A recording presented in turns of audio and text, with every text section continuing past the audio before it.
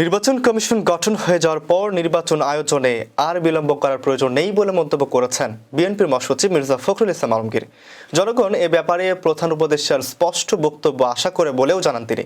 বৃহস্পতিবার রাজধানীর গুলশানে বিএনপি চেয়ারপারসনের কার্যালয়ে সংবাদ সম্মেলনে তিনি একথা বলেন। মির্জা ফখরুল বলেন, নির্বাচন সংক্রান্ত প্রয়োজনীয় সংস্কার শেষ করেই দ্রুত নির্বাচন দেওয়া যেতে পারে। বিএনপির স্থায়ী কমিটির সভা প্রসঙ্গ টেনে তিনি বলেন, নির্বাচন নিয়ে সবাই মনে করে ডক্টর ইউনূসের বক্তব্য অস্পষ্ট, কোনো সুনির্দিষ্ট বক্তব্য রাখা হয়নি।